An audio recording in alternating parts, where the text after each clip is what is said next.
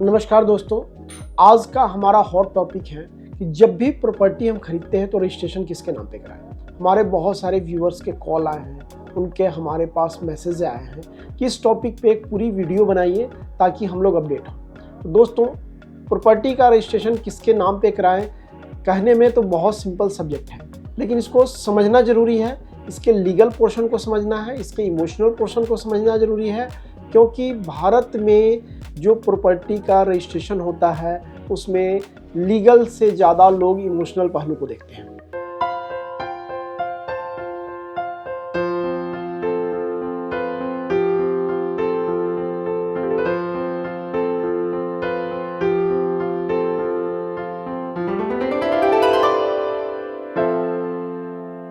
भारत में प्रॉपर्टी की registry legal से ज़्यादा इमोशनल पहलू पे होता है। लोग कई फैक्टर्स को देखते हैं। आज मैं आपको सब कुछ क्लियर करने वाला हूं, इसलिए वीडियो को अंत तक देखें, अपने दोस्तों तक शेयर करें और ज़्यादा से ज़्यादा इसको पहुंचाएं। तो इसमें रजिस्ट्रेशन में एक सबसे बड़ा फैक्टर आता है कि आपकी उम्र क्या है। क्या आप रिटायरमेंट के फेज़ पे हैं? क्या आप 50-55 में हैं?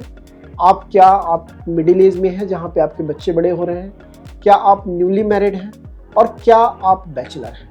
इन सभी पहलुओं के ऊपर डिपेंड करेगा कि रजिस्ट्रेशन आप किसके नाम पे कराएं, उसका लीगल पहलू क्या होना चाहिए और उसका आने वाले समय में आपके लिए क्या फ़ायदा और क्या नुकसान होने वाला है। हमारे पास बहुत सारे कपल्स आते हैं, जब रजिस्ट्रेशन की बारी आती है किसके नाम पे रजिस्ट्रेशन कराएं तो वहाँ पे एक दूसरे का चेहरा देखने लगते हैं और जिम्मेदारी उनकी खुद की है, क्योंकि हमारा काम क्या है, आपको सजेस्ट करना, आपको सही राय देना।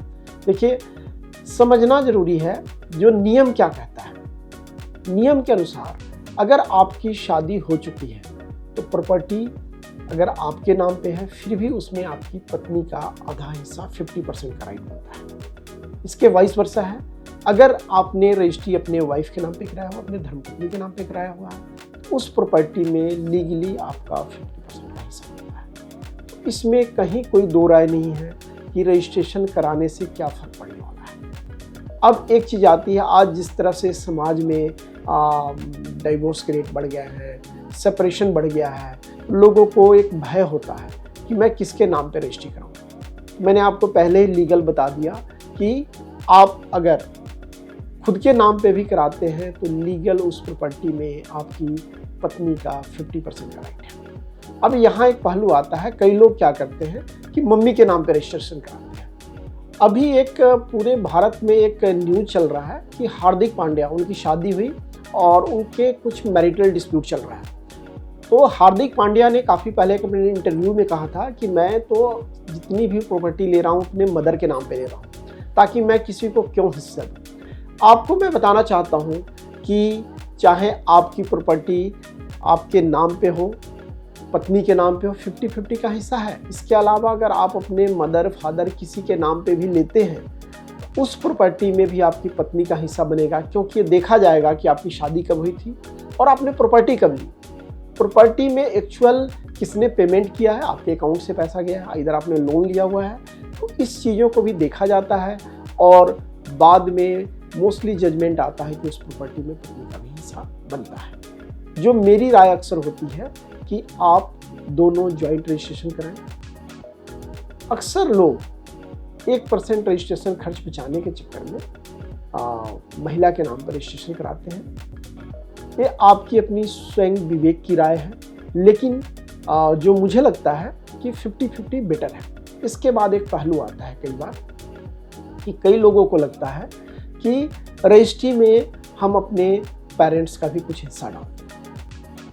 यहाँ भी एक भविष्य में इसके अंदर एक डिस्प्यूट आने वाला है। फॉर एग्जांपल, आपने एक प्रॉपर्टी ली, आपने सेल्फ के नाम पे लिया, वाइफ के नाम पे लिया, कोई मैटर नहीं करता, ज्वाइंट ले लिया और उसमें अपने मदर या फादर का 10-20% का हिस्सा डाल दिया। अब होगा क्या कि आने वाले समय में अगर आप ज्वाइंट, आपके ब्रदर्स और हैं, सिस्टर हैं और हैं, तो उनका भी हिस्सा जो उनका 20% का राइट है उसमें बनता है। तो बेटर है कि आप पहले ही निर्णय ले लें, उनको कुछ अमाउंट दे दें, क्योंकि बाद में लीगली वो हिस्सा बनने वाला है।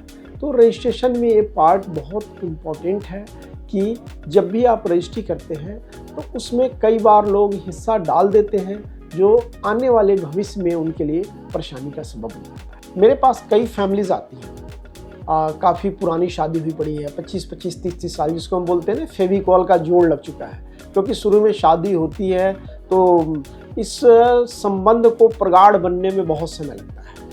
तो उन कपल्स में भी मैं कई बार देखता हूँ, जब बातें होती है तो कहते हैं कि सारी संपत्ति तो मेरी वाइफ के नाम पे है, मैंने अपने धर्मपत्नी पे है, कोई दिक्कत नहीं है, अब तो इतनी पुरानी शादी होगी, अभी भी प्रॉपर्टी इनके नाम पे ही रजिस्ट्री करा दो। मैं एक चीज़ कहना चाहता हूँ, आप गलत नहीं हैं, लेकिन एक अधिकार की, एक स्वामित्व की भी बात होती है।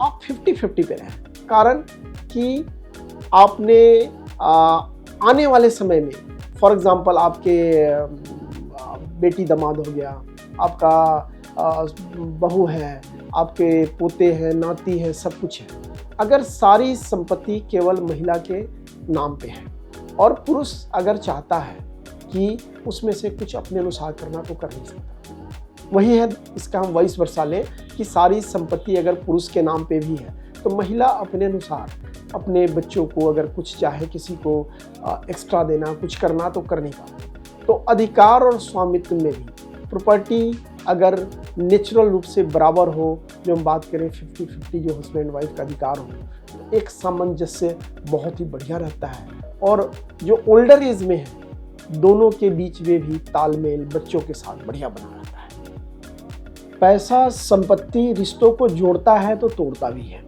लेकिन आप देखेंगे कि अगर ये इकट्ठा है तो रिश्तों को जोड़ता है, बच्चों को, आपके परिवार को इकट्ठा भी रखता है।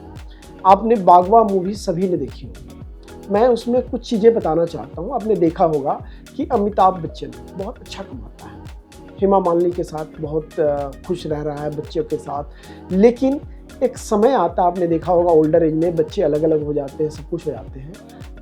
उस पिक्चर में प्रॉपर्टी के पहलू को नहीं दिखाया, उसमें इमोशनल पहलू को दिखाया, लेकिन मैं प्रॉपर्टी के पहलू के नज़र से देखूं तो उसके पास अगर संपत्ति का राइट होता, सब कुछ होता, तो बच्चे उसके साथ वैसा नहीं करते।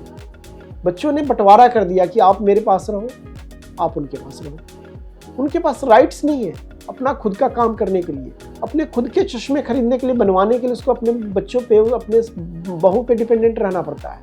रीज़न क्या है? Power of property. आपने देखा होगा बाद में जब वो बुक लिखता है, उसके पास बहुत सारा पैसा होता है, सारे बच्चे इकट्ठा हो जाते हैं। वो क्या है? Power of property. तो पावर ऑफ प्रॉपर्टी में बार बार कहता हूँ कि हस्बैंड वाइफ दोनों के पास होना चाहिए, सामंजस्य में होना चाहिए, और फाइनल डिसीजन लेने का अधिकार भी दोनों के पास होना चाहिए। विशेषकर पति पत्नी में जॉइंट प्रॉपर्टी लेने का एक सबसे बड़ा फायदा हो रहा है कि आप दोनों अगर अर्निंग है, आपकी इनकम है, तो टैक्स बेनिफिट भी आप जॉइंटली ले सकते हैं। उसके बाद फॉर एग्जांपल पत्नी कमा नहीं रही, आप उसमें जो भी आपका किराया आता है उसके ऊपर आप बेनिफिट ले सकते हैं टैक्सेशन पार्ट में। तो जॉइंट प्रॉपर्टी लेने के फ़ायदे में आपको गिना रहा था। इसके अलावा अगर जॉइंट प्रॉपर्टी है, खुदा न खास्ता हस्बैंड को कुछ हो जाए या वाइफ को कुछ हो जाए, तो रिलेटिवली ट्रांसफ़र करना दूसरे के नाम पे बहुत इजी हो जाता है, क्योंकि उसके अंदर डेथ सर्टिफिकेट लगता है और ईजिली वो ट्रांसफ़र हो जाता है। अब मैं एक बात करूँ कि जब भी आप जॉइंट प्रॉपर्टी लेते हैं तो एक फ़र्क क्या पड़ता है। एक पत्नी जो है, जो एक बाहर के दूसरे परिवार से आके आपके घर में आई है, उसका एक ट्रस्ट आपके ऊपर बनता है, ये पर्सन मेरे ऊपर ट्रस्ट कर रहा है।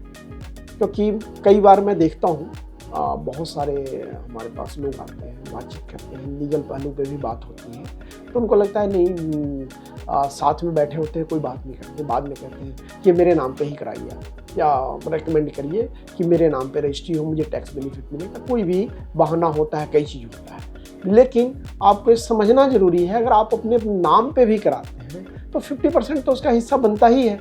तो बेटर हम ज्वाइंट क्यों ना कराएं, आपका रजिस्ट्री खर्च भी 1% बचता है, और बाकी भी आप देखेंगे, चाहे टैक्स लॉज मिले, चाहे आप किराए मिले, आपको छूट मिलता है, आपको दोनों को फ़ायदा मिलता है, और परिवार में एक दूसरे के ऊपर ट्रस्ट भी बना रहता है कि हम बराबर के भागीदार हैं। और अगर मैं बात करूँ, जो मैरिज है, एक शादी है, एक जो बंधन है, बराबर का बंधन है, एक दूसरे का बराबर का अधिकार है, तो संपत्ति में भी बराबर का अधिकार होना चाहिए। एक दूसरे पर ट्रस्ट, एक दूसरे पर विश्वास साथ साथ होना चाहिए। अगर मैं फाइनल बात करूं रजिस्ट्रेशन में भी, तो जो करेंट आप देखेंगे अधिकांशतः जो स्टेट गवर्नमेंट है, फीमेल के नाम पे 2% जो रजिस्ट्रिंग रेट है उसके ऊपर रजिस्ट्रेशन चार्जेज में छूट होती है। जॉइंट पे 1% की होती है, और अगर इंडिविजुअल नाम पे लेते हैं, मेल के नाम पे लेते हैं, तो पूरा रजिस्ट्रेशन फी लगता है। तो अगर आप जॉइंट लेते हैं तो 1% का फ़ायदा उठाते हैं, और फीमेल के नाम पे 2% का करते हैं। इसके अलावा कोई भी प्रॉपर्टी संबंधी लीगल जानकारी चाहिए, अपडेशन चाहिए, रजिस्ट्रेशन के बारे में अगर कोई अपडेट चाहिए, तो हमारा एक्सपर्ट पैनल है, उनसे आप बात कर सकते हैं। नीचे नंबर हमारा एक्सपर्ट पैनल का है जो 24/7 काम करता है, और आपको हर एक प्रॉपर्टी संबंधी जानकारी, updation, latest update tri city में और भारत के विभिन्न कोनों में भी हम धीरे धीरे बढ़ाते जा रहे हैं, इसको देख रहे हैं प्रॉपर्टीज़ को, वहाँ की भी प्रॉपर्टी की जानकारी को अपडेट देते हैं। आज का हमारा सब्जेक्ट कैसा रहा कि रजिस्ट्रेशन, जब आप प्रॉपर्टी खरीदते हैं तो रजिस्ट्रेशन किसके नाम पे कराएं, आप सभी व्यूअर का सवाल था। हमसे एक रिक्वेस्ट था कि इसके ऊपर एक वीडियो बनाएं और अपडेट करें। तो आप बताएं आपको वीडियो कैसा लगा, और भविष्य में आपको कौन सी जानकारी चाहिए, किस सब्जेक्ट पे आप चाहते हैं कि बात करें। आप हमें अपडेट करते रहिए, हमारे वीडियो को लाइक करें, कमेंट करें, शेयर करें, और इसी तरह प्यार अपना बनाए रखें। एक बार पुनः डिफेंस रिलेटेड ग्रुप की तरफ से मैं Rakesh Sharma, managing director defence group, आप सभी का तहे दिल से बहुत धन्यवाद और आभार करता हूं कि आप हमें अपना प्यार देते हैं, साथ देते हैं, सहयोग देते हैं और हमारा मनोबल बनाते हैं। धन्यवाद।